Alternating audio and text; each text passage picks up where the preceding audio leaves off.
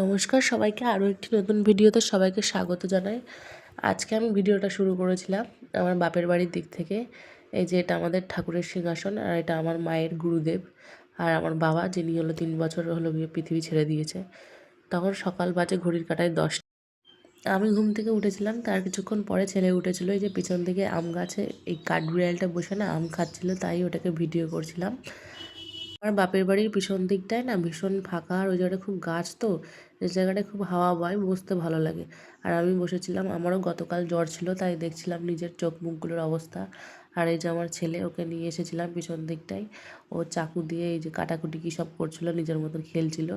মোটেও কোলে থাকতে নামতে চাইছে না। তারপরে কিছুর দিকে নিয়ে এসেছিলাম, এই চাকুটা দিয়ে আমরা বললাম চল খেলা করি, তো কিছুটা নিজের মতন খেলা করছিল, সেটাই ভিডিও করছিলাম। তা হচ্ছে গিয়ে কিছুতেই খাবার খেতে চাইছে না, তবে পিছন দিকে নিয়ে এসেছিলাম এই যে খেলার ছলে যদি কিছুটা খাই। তারপরে একটা ডিম সিদ্ধ করে দিয়েছিল ওর দিদা। রিহু ডিম খেতে খুব ভালোবাসে, নিজে নিজে ছাড়াবে, খোসাটা ছাড়িয়ে এটা খাবে, এটা করতেই খুব ভালোবাসে। তারপরে যে ডিম খাচ্ছে কম, খেলা করছে বেশি।